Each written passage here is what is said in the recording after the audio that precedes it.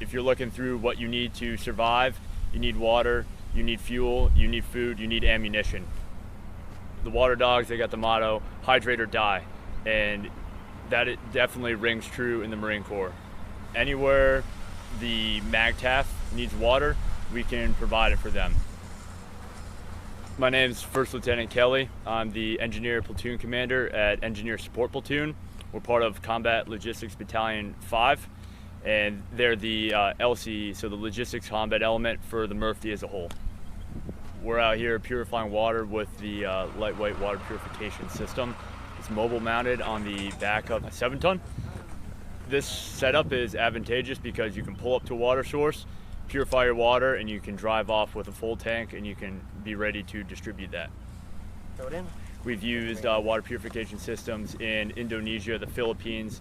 We supported a lot of nations with water purification when they've needed it most. When people think about engineers, they're not going to think about water purification first, but it's one of the best assets that we bring to the fight. And these water dogs are some of the most motivated Marines you'll have around, because they know the type of support that they're providing for the MAGTF. If you don't have water to drink, you aren't going to be able to fight. So we provide that building block of life so the MAGTF can keep moving.